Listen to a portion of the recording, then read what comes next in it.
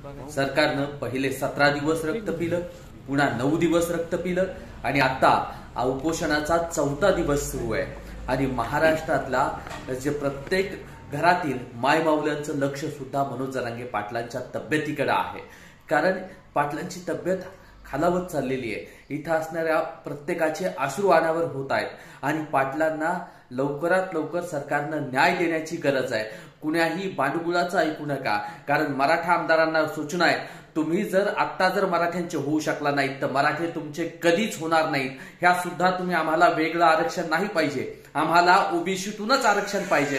कुणाचा बाप कुणाच्या बापाचा बाप जरी आडवा आला तरी आता आम्ही ऐकणार नाहीत, कारण महाराष्ट्रातला हे आमच्या मनोज जरांगे पाटलांच्या तब्येतीचा प्रश्न आहे, मनोज जरांगे पाटलांचा प्रश्न आहे, अर्थातच तो महाराष्ट्रातल्या प्रत्येक मराठ्यांच्या काळजाचा प्रश्न आहे। आणि हा विचार महाराष्ट्रातल्या तमाम मराठा बांधवांपर्यंत पोहोचूया।